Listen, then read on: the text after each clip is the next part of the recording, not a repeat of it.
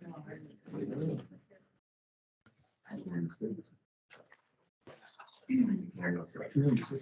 everybody. I think we'll go ahead and get started. Beth, nice to see you. I didn't get to meet you on the so I'm Bryce Johnson with the HBA. Welcome to everybody. We're going to go ahead and get started. It's just about 11:40 right now. We have all the candidates here. We might have some members pop in. I think we're okay. I wanted to let everybody know we are recording this session. We're recording it so that we can share it with the rest of our membership. We do have members virtually participating as well. They won't be able to ask questions, but they can listen and see you. So welcome to all of you. And the other thing I wanted to remind you too is we do have to-go options. So if you didn't get to eat, please feel free to take pizza and water.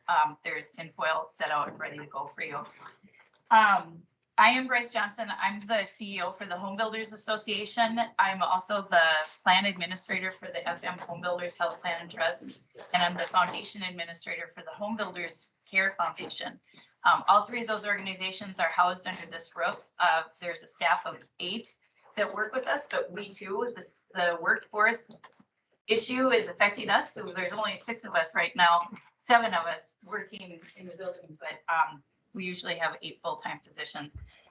I would like to thank all of you, not only for running, but your willingness to commit to public service and all the challenges that go with being a public servant. So thank you for that. Thank you for giving us your time today. And also thank you to our elected official right now, Commissioner Dave Pepthorn, who's here as well. We know that these are time-consuming and challenging efforts that you are making right now. So we do appreciate it very much. This event, our panel discussion and the survey that you filled out is a great opportunity for our members to get to know who you are.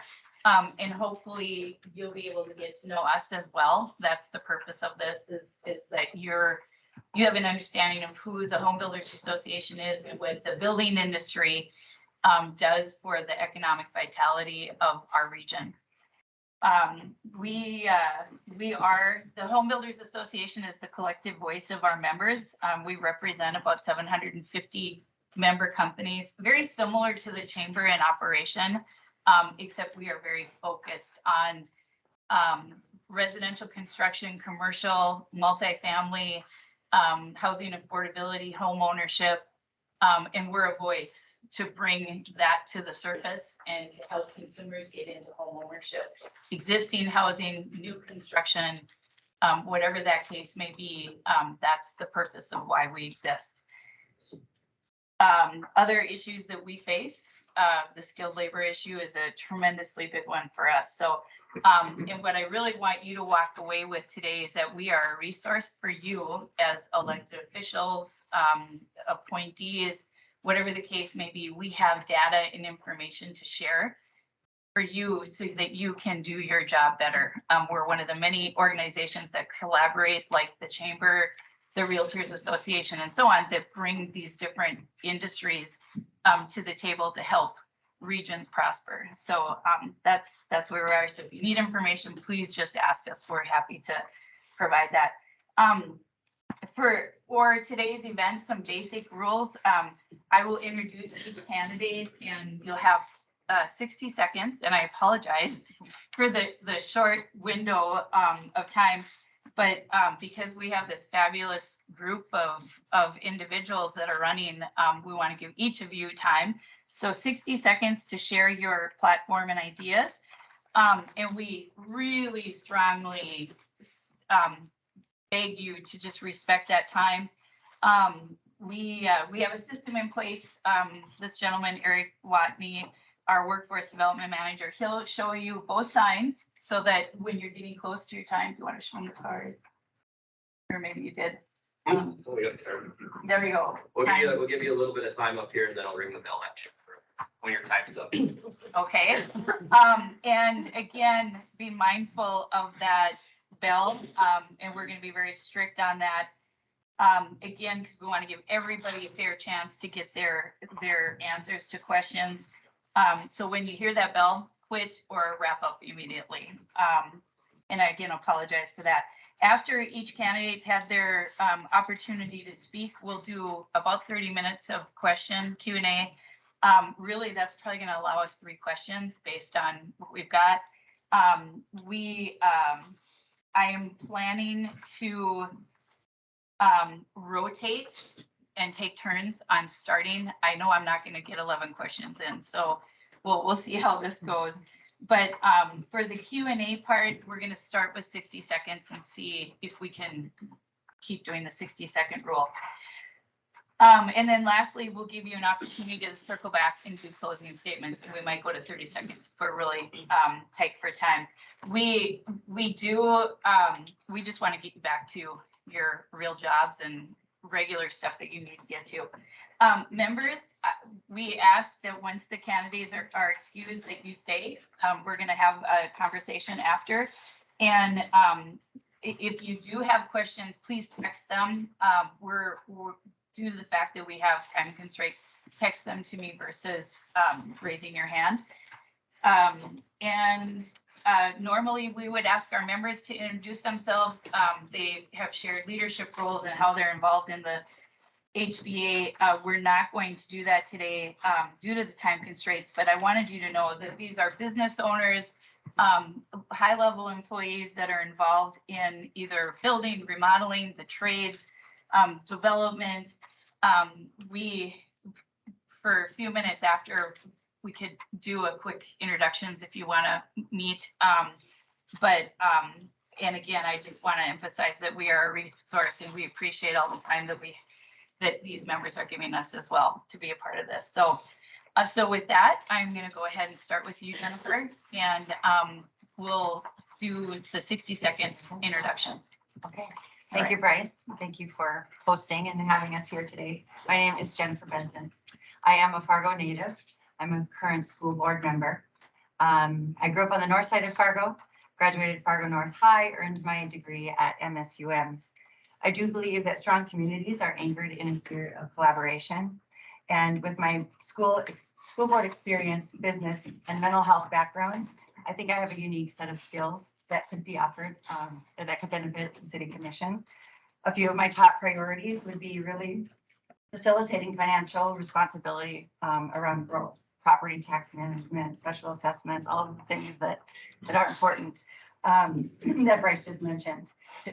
Collaboration, I think, is key, and public safety and accountability, really finding ways for measurable benchmark results. Keep it within my 60 seconds. I was too fast. You did awesome. Hi, come on in, mentor. Is that right? We'll put you right. Sorry to interrupt here. We're gonna get a little bit tighter. No, I got to share with you right here. I'll take that one. Nope, we're good. Yes. Yes, you guys are. Yeah, I'm just hanging on there. There we go. There we go. All right, welcome. No. Probably the right person now. Or the bottom of the table. All right. We're doing Yeah. 60-second intros, pretty much 60 seconds throughout. So would you like to do a 60-second intro right now? Sure. Okay. I'm Matur Alier. My day job, I work as a director of equity and inclusion at public school. Prior to that, I was a social worker at Cass County Social Services. I live in South Fargo, at the new neighborhood by Davies, Crafton Coves. Our house was built by Adam DeMarvin. Oh, okay. So, and also I'm the chair of Fargo Human Rights Commission. Hope that's 60 seconds. Yeah, you're good. Welcome. Thank you for coming. All right, Al. I'm Al Carlson. I am a 50-year resident of Fargo. Came to college here, stayed here, got a teaching degree, taught at Agassiz, sold some real estate in the summertime to make a living. And then I got into the construction business in 1980 and started what was first called Sun Builders, which was we built passive solar homes. So we were just a few decades ahead of our time. And then we changed the name. My wife and I ran Carlson Construction, and we I've recently retired from that. For 2 years, I was president of this association. I've received the Builder of the Year award and various other awards from the building industry, but none of them pay the bills, by the way. They're really nice plaques, so. And for 26 years, I had the opportunity to represent Fargo in the legislature. Now, most people start backwards. They start at the city and they start at the county and then they come to the legislature. But I'm doing it just the opposite. And the fact that I was a leader was really a valuable asset, I believe, for the city of Fargo. The relationships that I built will really be a positive as we deal with the issues of the city. Thank you. Thank you. Phil. Yeah, excellent. My name is Phil Fury. I'm gonna talk about homelessness. I'm currently homeless. I've been homeless for 58 days, I think, today.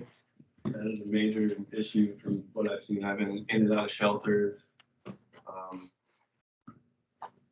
Well, I appreciate, groups like Community Uplift that help me.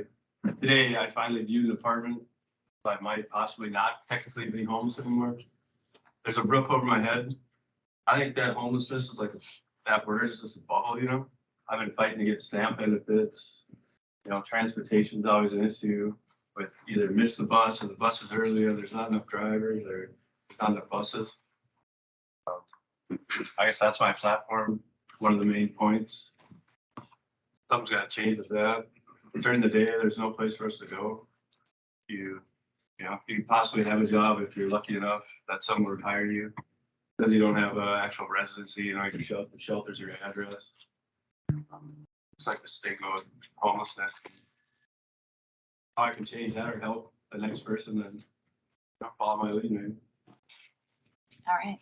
Thank you. Anna. Hi, I'm Anna Johnson.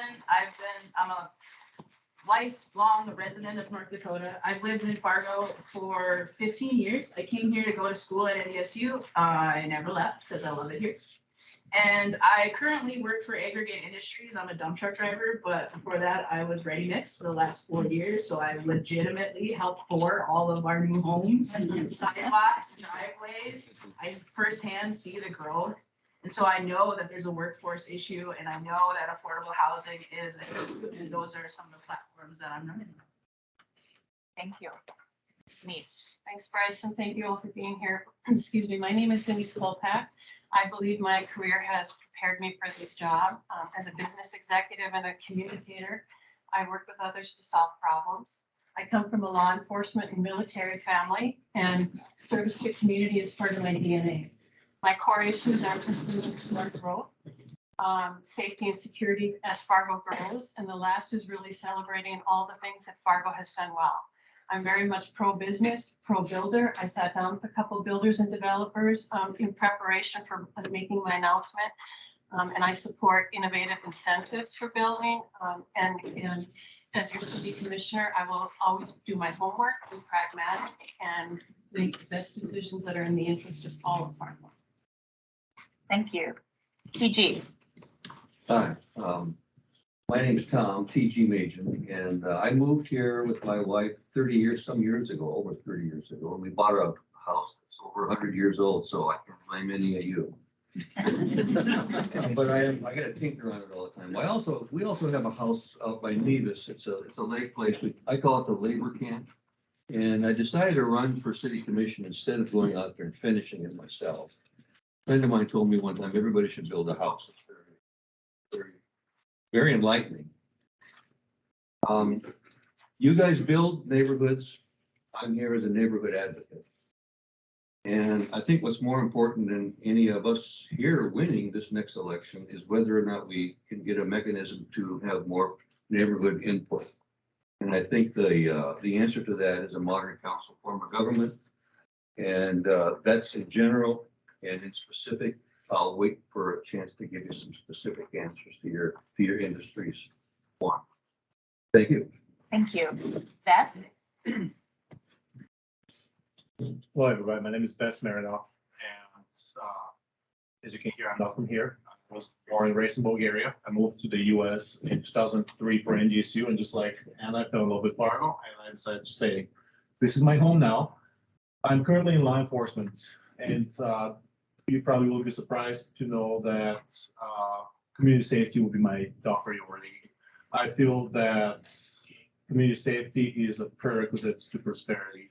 And I feel that with safer community, we can grow and prosper. I feel that there are some issues right now and with our law enforcement department, and I feel with my experience, I can bridge the gap. Of course, the gap between City Hall and the Fargo Police. Of course, I have other ideas and I see other issues. I feel that special assessments are something that need to be dealt with. I feel that we can optimize the works of city government through technology, and I feel that we should divide our city into wards. Thank you. Thank you. Commissioner Pepper. I'm Dave Pepmore, and I'm currently a Fargo City Commissioner and the Deputy Mayor. And I'm the Chair of the Tax Incentive Committee. And obviously, if you look at our track record of what's going on in the city of Fargo, we're a boom town. We will be for the near future, and that's why I would encourage you to vote for me. I've been part of the leadership that's got it this way. I would say I love it. I love the home builders. I owned a lawn care company my whole life. I was a member of the Home Builders Health Plan. I can remember working at the home shows when they were at West Acre, standing in the hallway, and so that's how old I am. But I also know how important home building is for our economy. That you guys are what drive when people buy a new home. What do? They buy a new washer and dryer. They buy a TV. They buy everything. So it isn't just the home builders. You guys drive everything else, and so I want to thank you. And to me, the key issue is what we do. I'm on the diversion authority, the finance, all that stuff.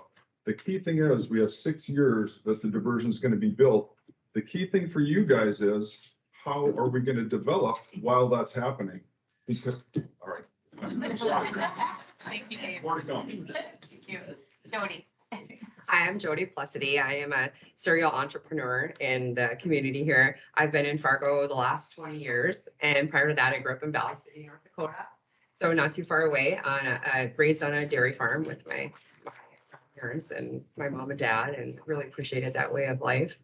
And I'm here honestly to serve the community.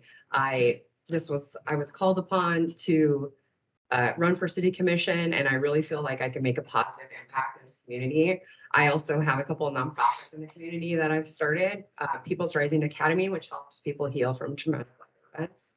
And we're also building the Garden of Healing by the Shields Arena, offering another safe place for people to heal in the community. And I'm a fiscally conservative woman. I'm a numbers girl. I love diving into numbers, what makes business sense for the community, what can save us money. I also want to eliminate special assessments. I have a plan to be able to do that and be smart about how we're incentivizing in the community. So thank you. Will. Hi, Will Thompson, he, him. I grew up on the south side of Fargo. I graduated from Davies in 2016, so I'm a bit younger than some of the people on this panel. Then I went to the University of Minnesota for my degree. I would like nothing more than to be able to purchase a house and start a family here in this community, maybe even build a house in this community.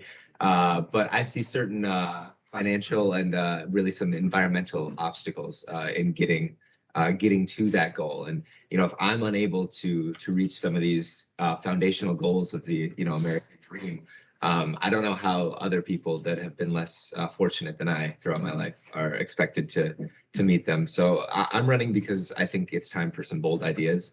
I think that if we don't make bold choices nowadays, we're going to have to make even riskier choices down the road. So things like, a fully sustainable energy grid, public banking. These are just some of the bold ideas that I'm trying to push in this campaign. All right. Thank you, Will. Now we've gone through everybody for introductions. I'm going to start with Al on this next one, and we'll come all the way around again. So we were kind of explaining how we were going to do this. So again, 60 seconds on the answers. Al, I'd like to start with what issue is Fargo going to be dealing with in 10 years from now, and what can we and the HBA members assist in how to prepare for that? Well, I hope that issue is dealing with the rapid growth of the city, that this city continues to grow like it has in the last 20, 30 years. I was fortunate to build at the timeline I did because Fargo went from 50,000 people to 130,000 people, and West Fargo exploded. So we need to make sure that we have the regulations in place to make sure that that we're not inhibiting growth, but we're promoting growth. I think the completion of diversion, whether you're for diversion or against diversion, the fact that if we do not have diversion, our homeowners won't be able to afford their flood insurance. And that's really gonna put us that'll be a terrible detriment to the building business. The city needs to be cooperative. In the next 10 years, they need to look at their regulations and make sure that they are fair, but not burdensome, so they'll continue to build in a cost-effective manner for the people of Fargo. Thank you. Phil? Yeah, definitely. That word growth, but it doesn't necessarily have to be new growth, you know, like keep expanding. What about old growth and helping smaller, handyman type contractors, you know? I tried to start my own business a while back. Right before the pandemic, it didn't hand out, but that's what stuff I was doing, like, you know, smaller remodel projects that these bigger companies didn't want to take on or didn't have the time or thought it was a waste of money. I don't know, maybe tax incentive for people who are willing to put money back into an older home instead of, you know, this is just a landing spot for a better home out south per se, you know? All right, thank you. Anna? So, like I said earlier, I've been working with aggregate industries and we've been pouring the diversion. And I think that it's so important to finish that project so that we can develop in those areas that everybody wants to live in. And also partnering with the other communities in our area, West Fargo, Forest, Moorhead, all of these areas that we live next to that we are growing near and growing bigger with us. We should partner with them and make sure we have the right people at the table so we aren't burdening the homeowners with special assessments and we're not creating more growth. We're not creating the space for you as home builders to create that growth, to build those homes. So there needs to be a partnership there. And I hope I can bridge that gap and kind of work with everybody to fulfill those needs. Thank you, Anna. Denise? Thank you. I think in 10 years, Fargo will be, again, still a thriving community. I hope in 10 years, well, first of all, the diversion will be done and hopefully on budget. I also believe that we will have solved our workforce problem by then because of the work we're doing right now with fueling the future in the EDC and the chamber. And as far as affordable housing, we're going to have the MetroCog study here in 6 to 8 months. I think that will inform us with the data we need to really take a strategic look at what are we doing with infill and how are we going to implement our core neighborhood plan so that we have affordable housing across the city. Thank you. And do you TG or Tom? Which do you prefer? Tom. Tom, okay. TG I among thought you the said voters. TG earlier. Okay, yes. Thank you. You know, when I moved here, my family and I moved here over 30 years ago. We have a place down by the dike by the construction on the new St. John's. So I've lived there and watched the dike go up. But before it started to go up, I had to buy home insurance, flood insurance, excuse me. And Al, you're absolutely right. I mean, if we throw flood insurance complications on top of the special assessment, especially with new construction, you're not doing our customers a favor in the neighborhoods, which are very important when we build ourselves, with or without the diversion. However, I've got to point out, we had 2 500-year floods in the time that I've been here. And if you take 500 and 500 and you put it together, that's 1,000. So I'm figuring that we probably won't have any problems. Like we're going to have to have a diagram like that for probably 3022. Thank you. Ness? So, as we can all agree, Fargo is growing, and I'd like to be optimistic that we're going in the right direction, and in 10 years we'll be a large, vibrant, diverse community. However, though, problems come with that, and I can see crime rising. And again, you will keep me talking a lot about crime and community safety, but I feel that in 10 years, if we don't take the right direction, that will be probably one of the biggest issues in town. But we're talking about home ownership and home building. And I feel that with growth, we have to adopt responsible policies to allow builders and developers to develop, to allow small businesses, small construction businesses to thrive in our town, to cut red tape for you guys, for smaller smaller builders, for small construction workers, and to just adopt common sense policies by allowing businesses to prosper without obstacles. Thank you. All right, thank you. Dave? So the cool thing is about the city commission is that we look 10 years or 25 years and the cool things we've already done, the diversion, that's awesome. But in 6 years, but like I talked about, how are we going to develop for you guys to build houses between now and when the diversion is done? That's what you need to be involved right now, because we need to have a solution from you as well as everybody else on what to do in the interim, because we can't just stop. If we do that, that would be devastating for our tax base. The other cool thing that's happened, the water supply project, I've been a part of that. That is a huge deal. Most people aren't keeping track of that, but same thing, that's in 6 years, that'll be completed. That water supply project will guarantee water when we go through a drought. For economics, for everybody, that is a huge thing that we don't get talked about. I would encourage you to vote for me. We have a proven track record of success. If you look in 10 years, the downtown, the goal is 20 years maybe, but we have all those flat parking lots. What we need to do is fill those up. That's our, and the other thing is the diversion. Now we have a boundary, and so we have to be a lot more careful about how we keep growing, because we now have a finite boundary. And before we could just say, we're just gonna keep growing. Those days are over. Thank you. All right, thank you. Jody, repeat the question for me just real quick. What issue is Fargo going to be dealing with 10 years from now, and what can we do to prepare for it, and the HBA members help them prepare for it? Okay, well, number one, I'm a huge physical and mental health advocate in the community, so I love to see a better quality of life for all. And to do that, I think we need to put more financial stability in the pockets of homeowners and the people that live here, and take care of them first. Number two, I kind of have a little bit of a concern with a developer, and most of you will know this, when you start to build on a piece of property, they're coming out and they're reassessing mid-construction, and they're reassessing and, taxing more. And I'm a little concerned why that's happening without even a CO, or the family's not even living in the home. Why are we doing that midstream construction? Okay, I find that as an issue. And also tax assessments, getting rid of those. I do have a plan. I've gotten into one of the departments already where I'm able to save about $600,000 a year in one department within the city. And I hope to bring that to the commission shortly. And also being mindful of how we're incentivizing and where we're doing that, not just concentrating downtown, but focusing on the community as a whole. So. All right, thank you. I don't think that we've really conceptualized how extreme the weather is going to get. We're lucky to have the power on right now. If you look at Western North Dakota, there's communities that they're not going to have power for 2 months. So, the extreme weather is only getting more and more extreme as climate change accelerates, because we're not doing anything about it. We had 11 blizzards this last year, and that's the most we've ever had on record. And if you look at the peripheral numbers, we didn't even have that much precipitation. It wasn't above average precipitation, but we still had 11 blizzards. So I would disagree. I think the flooding is going to get worse. So the diversion is clearly something important that's going to get done. I'm glad that that's going to be done in the next 6 years or so. But it's about weatherizing our entire infrastructure. We need to be prepared for this weather that's coming.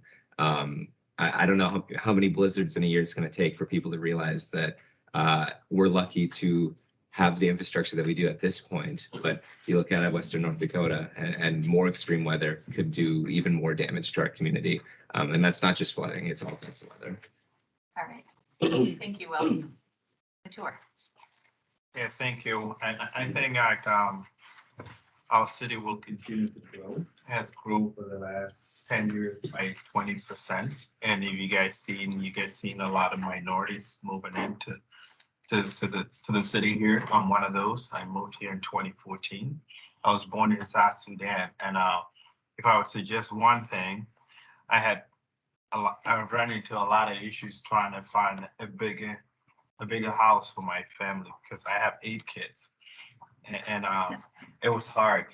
And the houses that are on the market was like 5-bedroom, and they're not affordable. So we ended up building a 6-bedroom. It wasn't easy, but we made it through. If I could suggest that, figure out a way to make home bigger, for the bigger families, like my family. Other issue that I would suggest too, I would want you guys at the table when I fight to end the special assessment, because you guys take a lot of risks on that, being a home builder. Thank you. It's wonderful. All right, we are gonna move to Philip. You forgot me. Oh, it's so hard. I apologize, Jennifer. Yes. Thank you for. Yeah, no, that's okay. I do believe Fargo will continue to grow. It's a great place to live. We all have really great examples to share. And I think that this is really, stems back to really a focus on the time is now for building these stronger partnerships and collaboration between our political subdivisions and our neighboring cities. West Fargo and Moorhead, they are growing as well. And so it's really a time for us to set those policies so that we have this master plan moving forward. We have this template. And what else did I want to say about that? Budget planning, definitely. Right now, we currently operate kind of in silos when it comes to that, and it certainly affects the housing market and our special assessments and our property tax rates for residents and even renters, obviously. But so if we're doing our budget planning more collaboratively, that's where we need to start. We need to build this strong foundation. And I believe that that's the role of a city commissioner, really, is to facilitate that process. Partnering, I mentioned already, master plan, and implementing with fidelity. So once we have this plan, it needs to go beyond just implementation. We need to make sure that the goals and plans that we've set in place are actually being achieved, right? And if they're not, then what do we do to need to reassess, pull back, and reevaluate and start again? Sorry. Thank you. Thank you. All right, great. Philip, and I apologize for missing you. This question, what does Fargo have the ability to expand beyond its borders other than south to the diversion? Let me repeat that. Does Fargo have the ability to expand beyond its borders other than south to the diversion? Kind of confusing question. I guess it's not my forte. I guess I haven't been paying attention on where the diversion is running. Are you asking me, is Fargo going to continue to go south alongside the diversion? I can tell you that much, yeah. I'll agree with that. It's kind of only, I mean, property owners and people are going to develop, keep going further south as Fargo continues to grow as a whole, I'd say. I don't want to forget about north. It seems like when I was working as a warehouse manager for Simonson Lumber, it seemed like everything was being delivered, you know, further south. And the diversion is going to run north, correct? So I'd like to see maybe a little more growth heading that way. All right. Thank you. Was that it? Or Yeah, you- Okay, okay. Done, Thank yeah. Yeah, okay, thank you. I know I didn't use all the time. Like I said, You're okay. Anna? So I don't have all the answers for everything, right? Nobody does. But I think that we can see the growth that's happening in our city, right? All in the south. But as a construction worker pouring for aggregate industries, I see a lot of the developing in the north part of our city too. North of County 20, north of 19th Avenue. There's a lot of space up there that can be utilized. And I think that we should take more advantage of what we have and expand our area in our city. All right, thank you. Denise? So we will be hemmed in the south eventually with the diversion, and our opportunity for growth really comes from what are we doing with our infill? How are we building up, to Mr. Pepcorn's point about parking lot surfaces, what are we going to be doing downtown in some of those areas? And how are we going to be creative with incentives, not just commercially, but also residentially, which I completely support, taking a look at the homestead tax credit program, expanding that. Innovative programs like the Cass Clay Community Land Trust Program. This is an innovative community, and working together with the right stakeholders is how we're going to get to the solutions. And again, when we get that MetroCog study with the data, that will inform our longer term strategy and how we address our neighborhoods and our infill opportunities. Thank you, Denise. Tom? That's a pretty good question, and it takes, there's a lot of things to take into consideration. The annexation process, it gets to be a battle sometimes with your fellow jurisdictions that are around you, they want to grow too. So you reach a point where a lot of the bigger cities, they're not growing anymore out. And we may be encountering that. We can't grow west, obviously. Reason why, West Fargo, that's theirs. So we keep going south.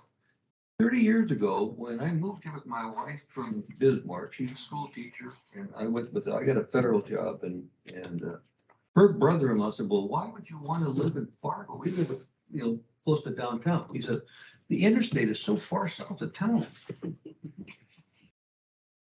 I'm not making that up. And so now Fargo South is on the north side of town, and we're going to hit a bumper. And I think we have to plan like Anna said. There are some prospects out there that we haven't fully considered. Thank you. Beth? So we can all agree that Fargo's growing, and nobody has a crystal ball here, and we can't really foresee how far further south we'll go, how far north, but Fargo is growing, and that's a fact that Fargo will continue growing, whether or not we grow inward, whether or not we grow south or north. But with that growth, we have to focus on what that growth brings. We have to focus on promoting small businesses and promoting builders to build and to develop our city. And again, I don't have all the answers. I cannot say whether or not we're going to grow beyond South Fargo, but I can foresee growth, and I can foresee big city challenges coming with that. And we just have to embrace it. I mean, it's here and it will happen. So we have to embrace it. We have to not burden homeowners with specials. With growth, we have to definitely consider a ward system for town for equal representation for every region. So thank you. Thank you. David? We're gonna grow everywhere. It's awesome. We're gonna be a boom town, and for sure, the next six years, no matter what we do, we're gonna have a lot of people coming here for economic opportunities. The obvious place where we're gonna grow the most is where Amazon is now, 19th Avenue, that area. That is all gonna fill up. We're already working on lots of requests for that. That's gonna be the most easy to see. The coolest thing that I've been a part of is we're not just growing, we're growing revenues. And here's how we're doing it. We're selling water to West Fargo. Man, I love that. You know where else our vision is? We're going to sell water to the whole county, and we're going to be a regional. And you know what the secret about selling water is? Do you know where the money comes? Back to Fargo. And so that's good for our taxes. It's going to lower taxes. Wastewater, same thing. We're going to be a regional supplier. Here's the coolest thing. You know where we're going to treat, you know whose water we're going to treat? Moorhead. Because Minnesota is the worst as far as regulation. It's way cheaper for Moorhead to have us treat their wastewater than to pay to build all new stuff. And so when you talk about growth, and so I'm very sad, Bruce Grubb is leaving. He's our city administrator. With him, man, that's all we did. Come up with new ideas to make more money. Because at the end of the day, that helps our taxes. Thank you. Thank you. Jody? So let's not just focus on building, let's also focus on improving the quality of life in what's already here in our community. I think this is an awesome community. I love being part of it. South Fargo, downtown Fargo, North Fargo, they're all different, all have their own little niches. And I love the aspects of that. But one thing to remember is improving the quality of life that people are here already in their homes and not slamming these assessments on them unexpectedly. Example, like grandpa who's already paid off his mortgage in his home, he might live in North Fargo. Free and clear, buying his medication, retire, living a happy life. All of a sudden he gets slapped with a 25,000 assessment on his home. So what does he do? Does he have to decide to buy medication that helps him live? Or does he pay his taxes so he has a roof over his head? So that is a key important thing for me when it comes to growth, not just building and spreading out, but also improving what's already here in a community. Now, I don't think economic development is an issue in this community. I love being a part of it. I love seeing all the growth that's happening. North Fargo, South Fargo, East and West obviously is kind of restricted where we can go. But I just think the community coming together as a whole, eliminating the assessments is the big deal, and really focusing on incentivizing a variety of projects. Thank you, Jody. Will? Yeah, I just want to quickly build on what Commissioner Pepcorn was talking about. I want to also be the regional provider of electricity in the area with a fully sustainable energy grid. I think that's another one of those categories that we can make a lot of money by providing it to our neighbors. But to answer the question, we're already a bigger city footprint wise than San Francisco. We're already a bigger city footprint wise than Boston. So yes, there's still area to grow down south. There's area to grow by the Amazon warehouse up north. But I think we need to start focusing on density and building, denser living spaces. And that doesn't just mean apartments. That means condos. That means quadplexes, things like that. So I think that moving forward, while there is still more space to grow, we're going to see that's going to go quickly. People like to build houses, and there's a finite amount of space that we have left to grow. So if we focus on density, we can keep growing, but not without expanding keep growing without expanding our footprint. Thank you, Will. Not sure how far Fargo is gonna grow. I live south and I used to live at the Deer Creek neighborhood, and I can see horse from my house. So it's not that of a big of a room there.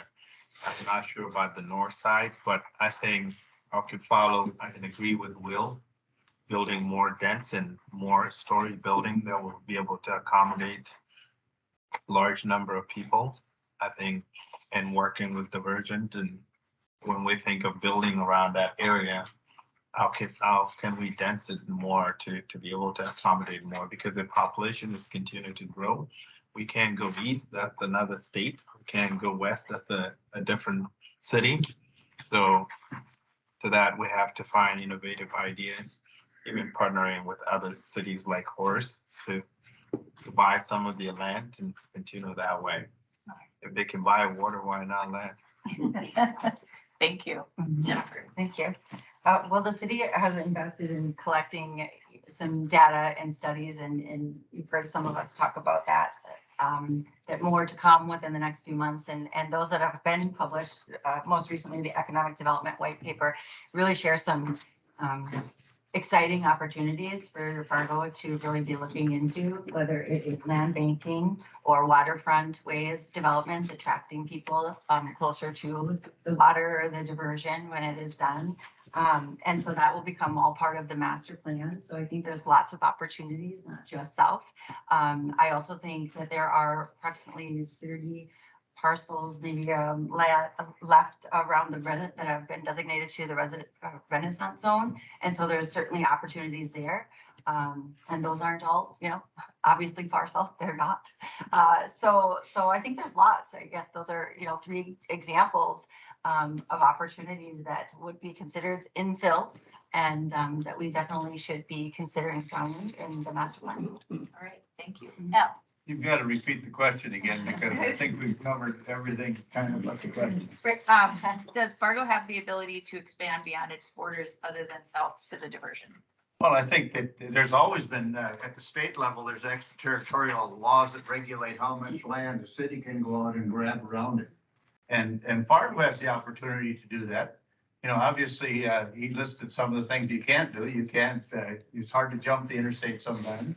It's hard to move an airport, but we do have the ability to grow beyond the diversion. There'd be extra costs out there, but we do have that ability to grow. Dave hit on a point that's really worth talking about, and that's the biggest inhibitor to Fargo's growth was always considered to be the diversion. But actually, the biggest inhibitor in the other side of the coin is water. If we don't have a water supply, there will be no more value-added plants in this city. There'll be a limited number of houses. If we go into a drought situation where you walk across the Red River with your overshoes on, you've got a problem. So the Red River water supply, and I put in the bill, Senator Fisher and I originally, to start $5 million years ago to get that started. Now that the ball is fully rolling and that money is coming, and Fargo will not have to deal with that problem. Thank you. All right, Anna, we're going to start with you. Why? Yeah. And I think we have time for this question and maybe one more. In all political realms, especially with the city commissions, we're seeing less and less civility in politics. How would you work to change that?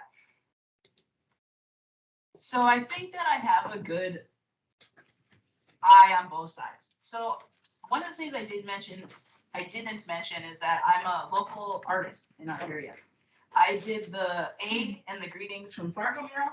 I have 4 utility boxes and a bench in front of Helderstad's on Broadway. I have a big collage in West Acres. And I think that when you can partner together with everybody to find those common goals, that's what we need to be doing. Because we all are invested in our city, right? For everybody, not just for you, not just for me, but for everybody. And that's why I believe that representation matters. I'm also a Native American enrolled in the Turtle Mountain tribe. And so, like I said, representation matters. And I think that's what's lacking in our city commission. I want somebody who looks like me. I want to be able to have a voice for the people who don't have a voice.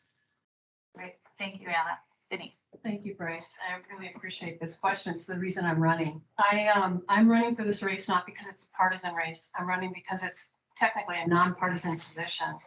And when I was a lobbyist in Bismarck, no one knew what side of the aisle I was on because I wasn't. I'm an independent, but I work together and I solve problems. And I would bring that same spirit, as well as modeling professionalism and bringing decorum to the city commission, and would represent all of our. All right, thank you. Can you please repeat the question? I have a card for it. How would you bring civility to the commission? We see this in all areas of elected boards. What do I bring myself to the commission in terms of expertise or? Civility and, Well, I think an open mind starts. It's the first thing. I've been an investigator since 1973 at one point or another. Accidents to start with, like my friend here. And I moved on to a criminal investigation with the Fargo County Sheriff's Office. I was with the Highway Department for many years. We had to investigate interstate trucking commerce. That was my job. And then I went with the Labor Department, and I got a feeling for the labor issues, workers' issues, and employers' issues. Because half the issues that come to the Labor Department are employee-driven or they're employer-driven.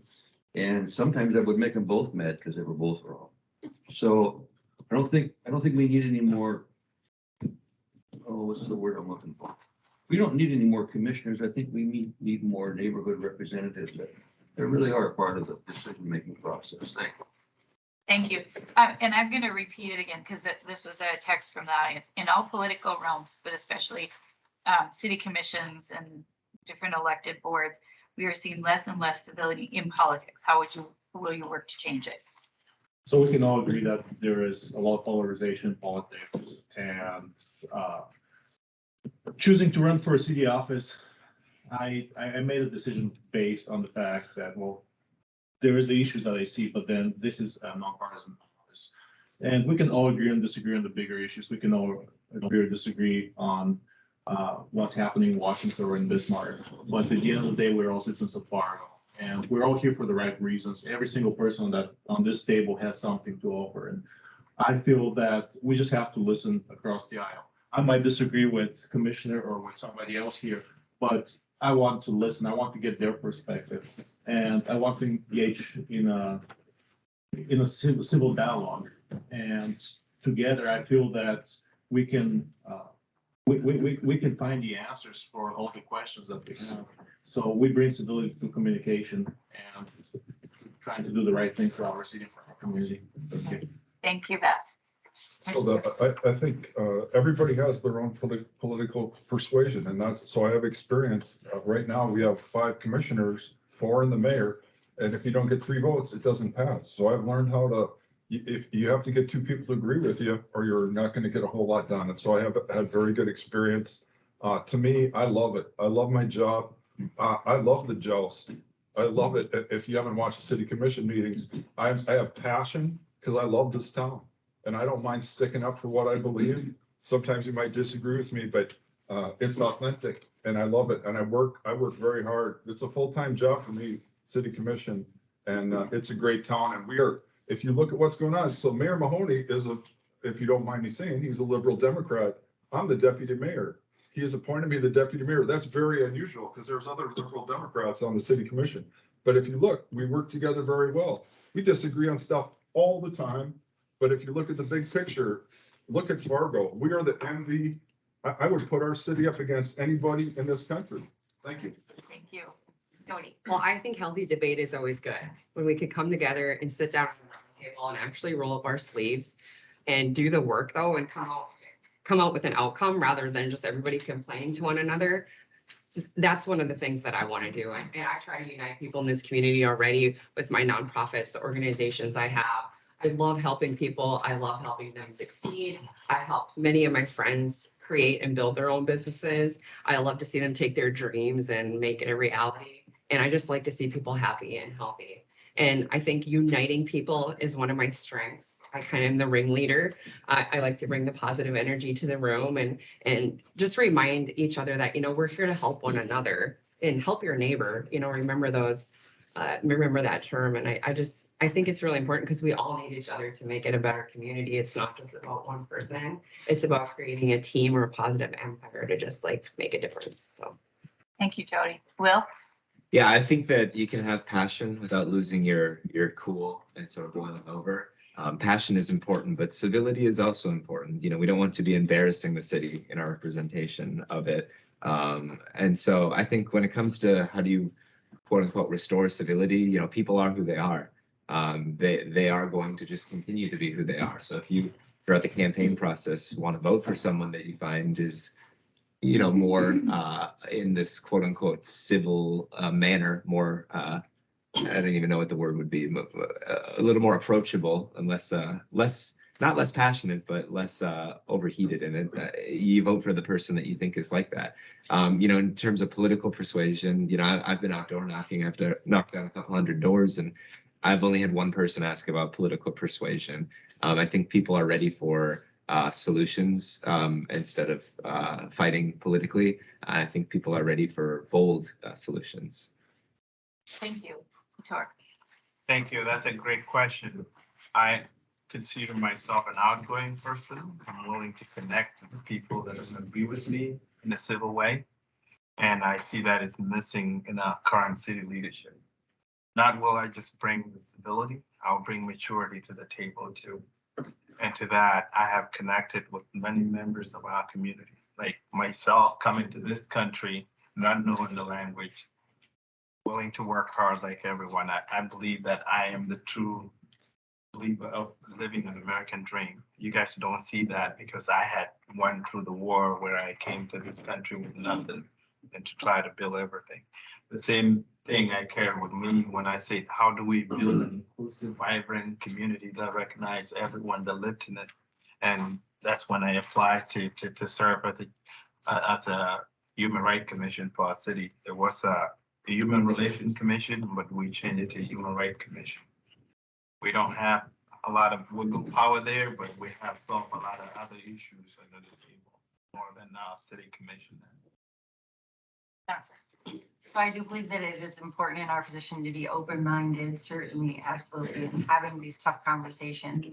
I think that we need to take a step back and remind ourselves, what was the oath that we took when we were elected to serve? And as a school board member, right, and as a city official, we were elected to serve the people, to represent the people, and we took an oath to uphold the Constitution. And so I think that if we step back and we remember that with every decision that is placed in front of us, and specifically to the school, how is that decision going to impact kids and staff?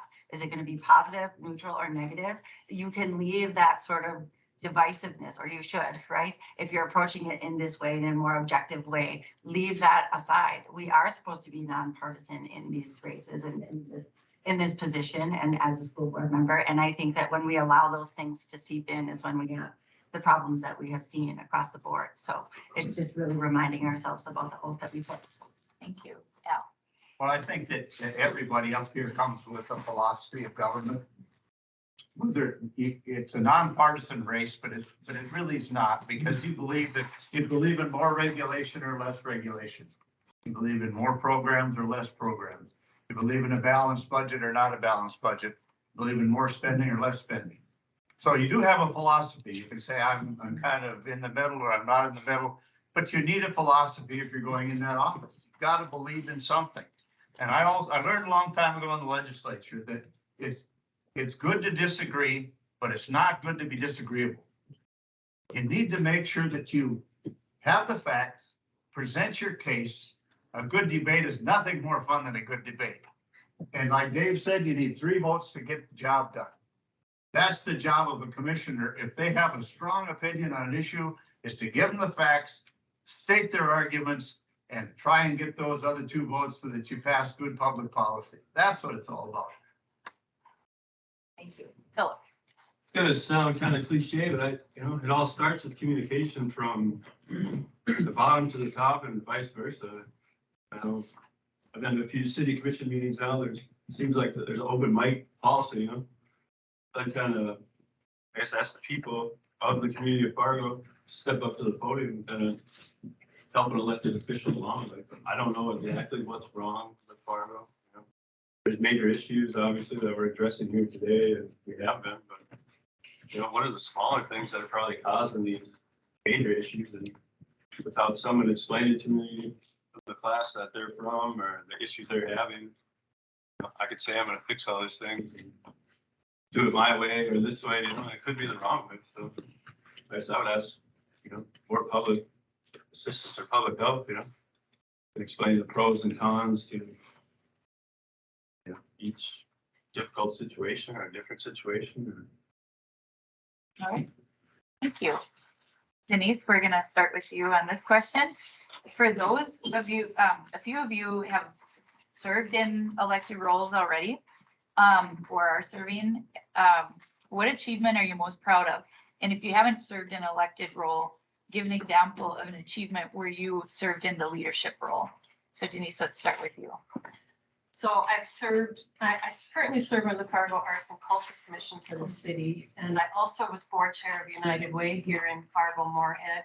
Also was in line to be chair of the Economic Development Committee. So I suppose nothing was elective. They were all appointed or I moved up the ranks. But I think the biggest accomplishment would be both the EDC and United Way. As board chair, when I was at United Way, we switched from a treasure chest model while I was board chair to a strategic organization with goals, and they were measurable goals. And right now it's probably the premier United Way organization in the Midwest, certainly in North Dakota, but I would say in the Midwest. We really took a business mindset to a nonprofit, and we increased donations. And right now we have measurable goals and outcomes that are measured on an annual basis for impact in the community. Thank you. Tom. Reality steps in here and tells me that I just realized I'm probably the oldest guy up here.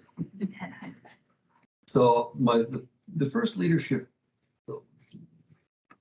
the first time I had to be a leader, I guess, it was taking over the truck regulatory division many years ago. You probably don't remember it, but the 2 fellows that went out on criminal indictments. And I was a deputy sheriff, and they asked me to come in and take over and help. It's 100 people. Regulatory, it's a tough business. You got to be nice, you got to be kind, you got to be correct, you got to be fair. I learned that sometimes the hard way. And the last leadership position I really had that was elected was president of the Fargo Moorhead Trades and Labor Association. And I don't like talking about myself so much. I just like getting in there and trying to take my experience and bring the parties together in terms of whose problem we make it into a challenge. Thank you. Thank you. So I have never served in any elected office. I have been in civil service, like I mentioned earlier, in law enforcement for 11 years. I feel that civil service is my calling. It is the biggest honor of my life. Again, I may not have the leadership experience. I don't have a leadership role in my department, but I feel that that's one of the spiels of Governor Burgum is leadership comes from the bottom. We can all have people with fancy titles and with on top of organizations, on top of governments, but those are not the people that run the government. Us, the people that work in part of the community, those are the true leaders, our law enforcement officers, our firefighters. So again, I might not have that leadership role. I might not have the experience of being an elected official, but I feel that we ought to empower everybody. And through empowering everybody, providing everybody the opportunity to be a leader, we will achieve great things. Thank you. So I know you asked for one, but I got a few and I'll go fast. The first one was the pension. So I've been on the city commission for 12 years and the first question I asked is, and it was way underfunded. And so I walked into a room like this, it was me and all the public employees and everybody that hated me. And so that was my first one. The second one, Al Carlson was there when I asked questions about refugees and all being placed in the city of Fargo, who's paying for it? I went out to the legislature and testified. Once again, it was a room full of people. It was me and then everyone else hated me. And Al was sitting in the front row. I go, what the hell are you doing here? Al, he goes, I came to watch you go down in flames. And he's still here. So was that. So to me, that's when your true color, every so often, you know, all of our jobs, you get to find out what are you made of? And those are my memorable. Here's one that's happening right now, the airport authority. I don't know if you've been following that, but same thing. I walked in the room, it was me and a room full of people that hated me. And it's like, I don't care.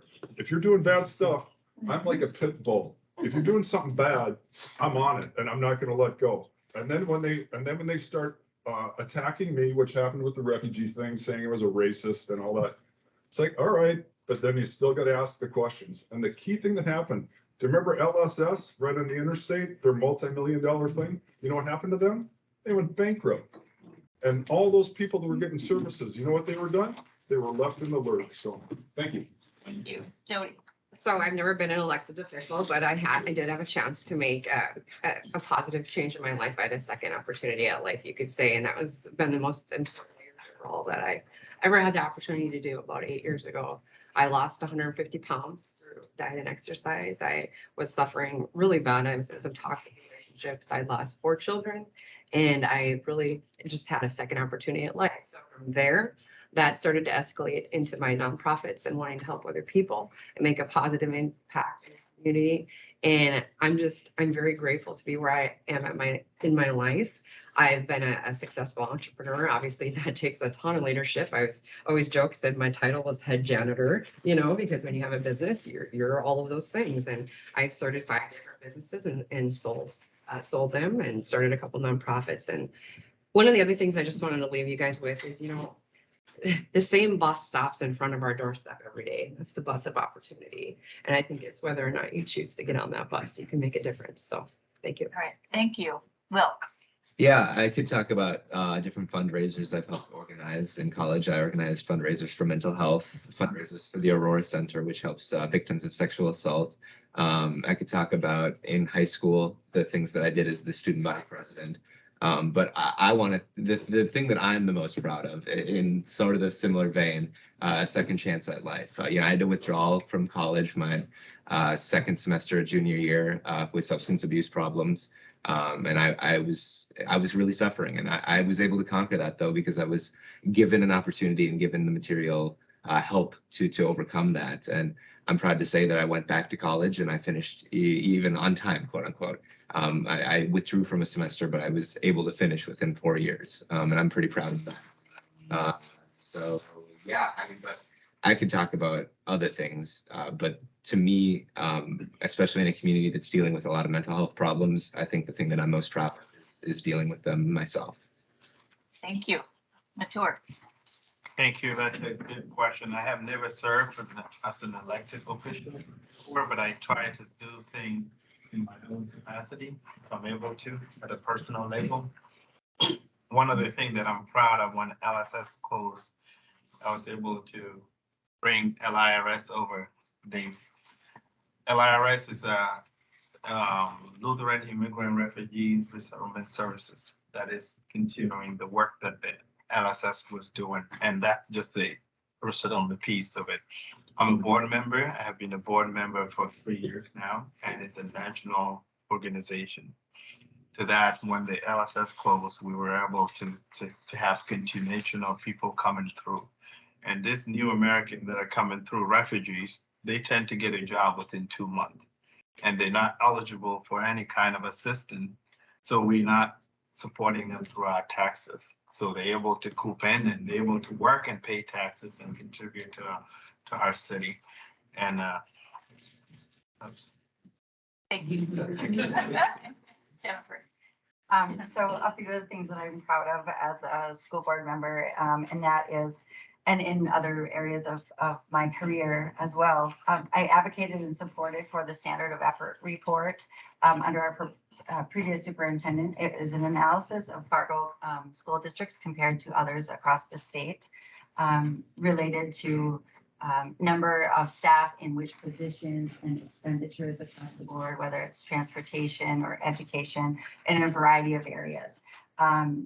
I am proud of the work that I've done within mental health awareness education and helping to bridge the gap, continuity of care in my career world. I've also brought a level of awareness to certain things on the school board related to academic proficiencies. And, you know, I'm committed to integrity, accountability, and results. And I think that there have been several examples over the last few years that I could point to there, but I'm getting the bell pretty soon, so I was hoping to avoid that. Thank you. Now. Well, I obviously had the privilege of being elected a number of times in the legislature. I was there 26 years. Some of the things that people don't even remember and think about is that when I first came, we reformed workers' compensation. All of you are paying premiums today that are affordable with good coverage because of the reform we did when I was there. The Renaissance zones, I carried the first bill to the floor of the House to allow Renaissance zones to take place in the city. The diversion funding, I was there when we originated the first $450 million, and we added another $120 million. Red River Water Supply started because of an effort that Tom Fisher and I said, we can't grow without water. So that was a second leg of the stool we needed. I successfully got the income tax lowered to one of the lowest in the nation that has a state income tax. For 3 years, we paid 12% of your property tax because we had excess oil revenue at the state. So there's a lot of things, and they all came back to Fargo, and that was important. From the home builders, I was there the day we had the first discussion of the health trust, and that, see where that turned out. So those things are, leadership was important in those things. Thank you. Philip.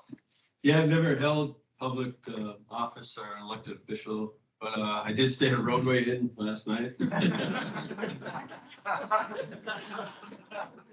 I got a degree in construction management from the Tech School of Morgan. I've been a project manager for a concrete company. I've tried to start my own business. I've been a framer. Yes. Mostly held management roles, a warehouse manager. I think that might qualify me maybe to manage the city, I'm hoping.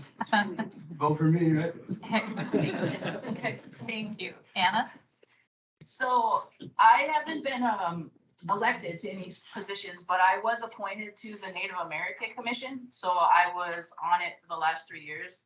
I was also asked to be on the hiring committee for the diversity, equity and diversity person that we hire for the city through the Native Commission. So I was on that hiring committee for Terry Hogan, Dr. Terry Hogan. Some of the things that the thing that I'm the most proud of though is being a woman in construction. I am the only woman ready mix driver. I was. And then when I left, they put one more woman in that spot. So it's like, I feel the weight of all womankind when I go out and I pour a slab of cement. And I think that's been so important to have that representation in our community. Thank you. Okay, well, we are going to wrap up so we can get you out of here by 1 o'clock. We're going to ask you for your closing comments now, 60 seconds.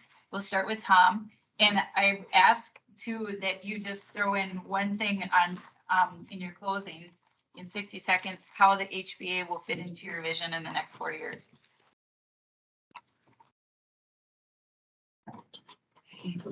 Well, I'll just springboard off the last question a little bit.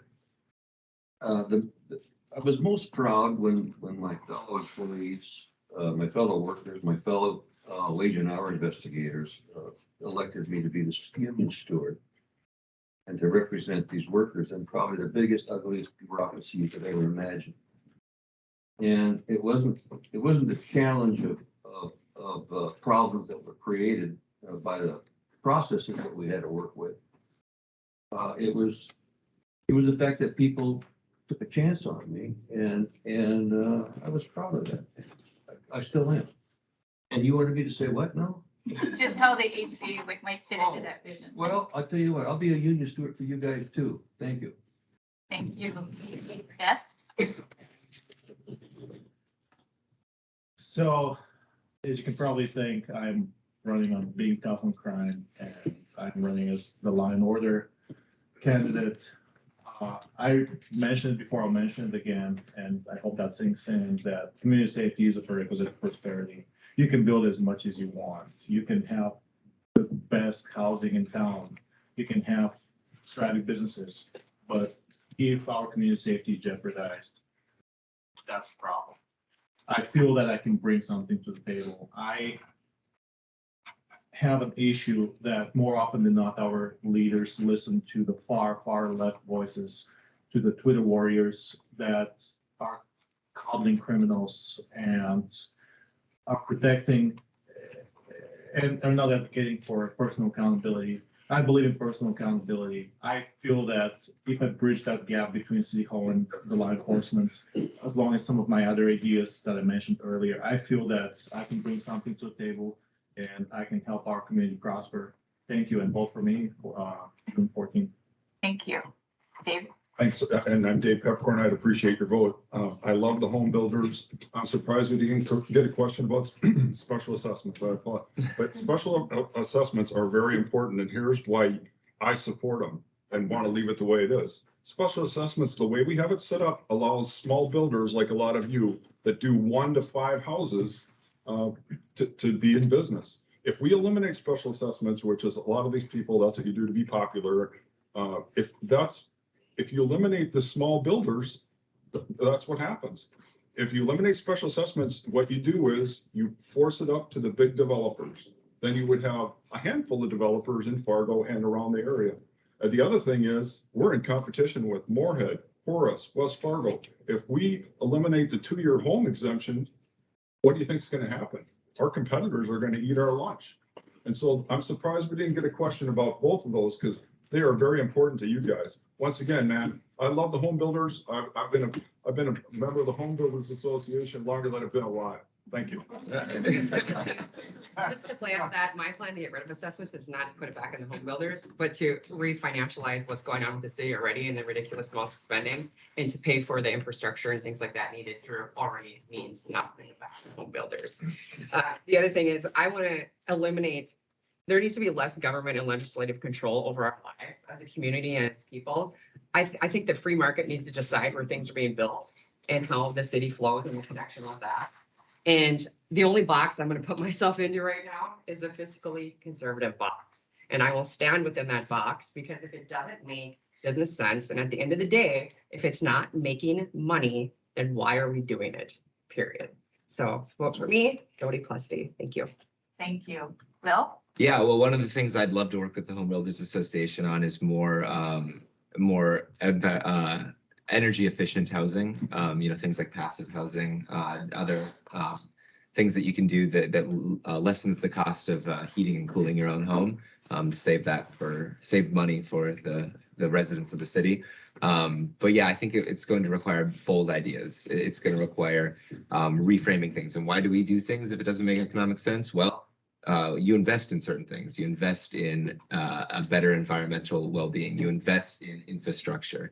I consider myself a little bit fiscally conservative in the sense that I don't think we should be wasting money, but we should be investing our money. We should be investing in our community. So one way that manifests is in changes in housing codes, for example. But I'd love to work with the Home Builders Association to make sure that what we're doing is sustainable, but also works for the builders. Thank you. Victoria? Yeah, thank you.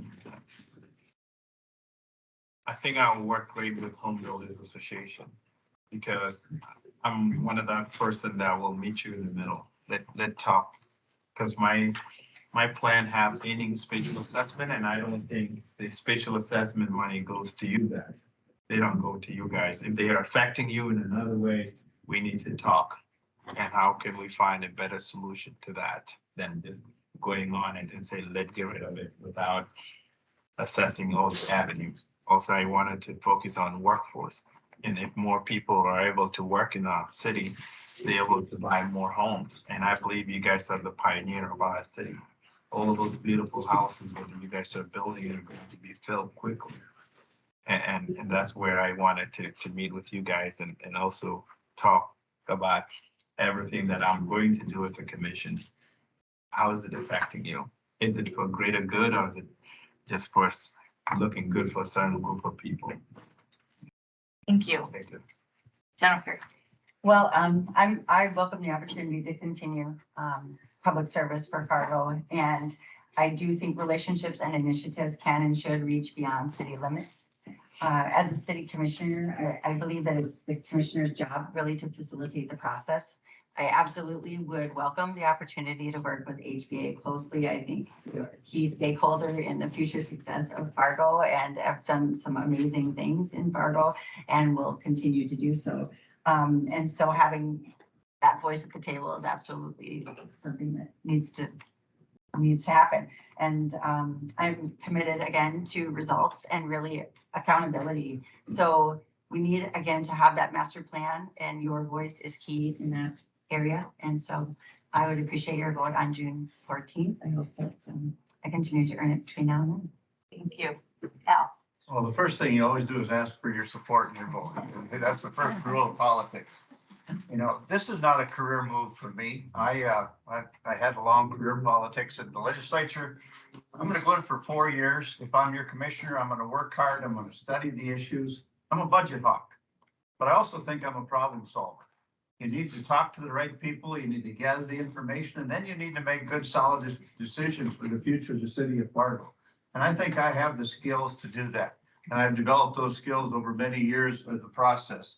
The public safety is important. Everybody talks about that, but that's really a crucial thing for the future of Fargo. I'm dedicated to this town. I grew up here, raised my family here, you know, and been here for 50 years and built a lot of homes for people in this town.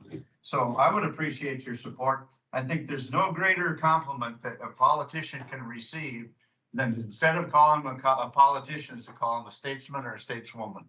Because that's your job, is to provide good public policy, and that's just what I'll do. Thank you. Philip. Since I started or opened with homelessness, I'll go back and close on homelessness. And back to kind of sound the same, but it all starts with communication. You know, there's programs out there, but I've had to search for them. Like, I don't know, there needs to be one, central station per se. Like, you check into a shelter, you know, maybe they get the ball rolling on SNAP benefits, or, you know, you can go to homeless health, get a physical, you know, start with something like that before, I guess, public safety, before we just start throwing them in jail, or, you know, putting them in treatment.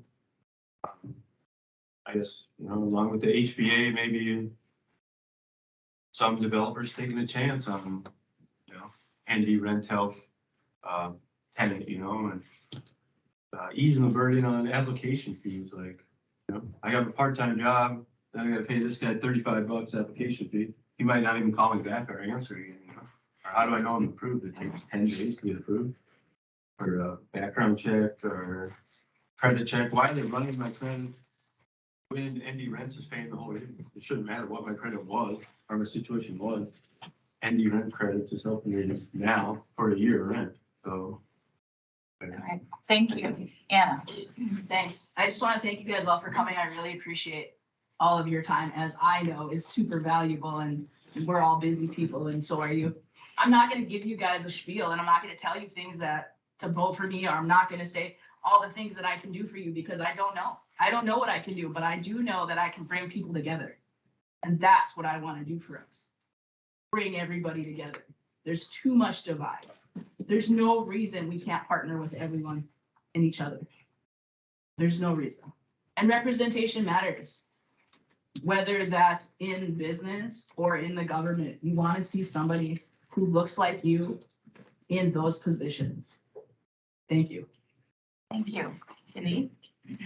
Thank you. I hope I earn your vote as you learn more about me. And I think that the opportunity for HBA is to be at the table and an important stakeholder as that master housing plan is implemented, and you need to be very much integral in that implementation. You know, it really comes down to this for me. I love Fargo. I moved here 20 years ago. I was able to buy a new condo in South Fargo, 58th Street, 58th Avenue South. It was the last street at the time. And then it's all grown in since then, since I moved here. And then when I got married, I moved in a 100-year-old home in the Jefferson neighborhood, 2 blocks from where my husband grew up. And both of those were built or remodeled by you. And really what you created was a neighborhood that I love in both places. And really what you do is you improve the quality of life for Fargo by building neighborhoods. And so I certainly support the work you do. I thank you for your work. And as your city commissioner, I will do everything I can to make the best decisions on behalf of all of Fargo. Thank you. Thank you. Wow. Well, what an amazing and impressive group here. Let's give everybody a round of applause.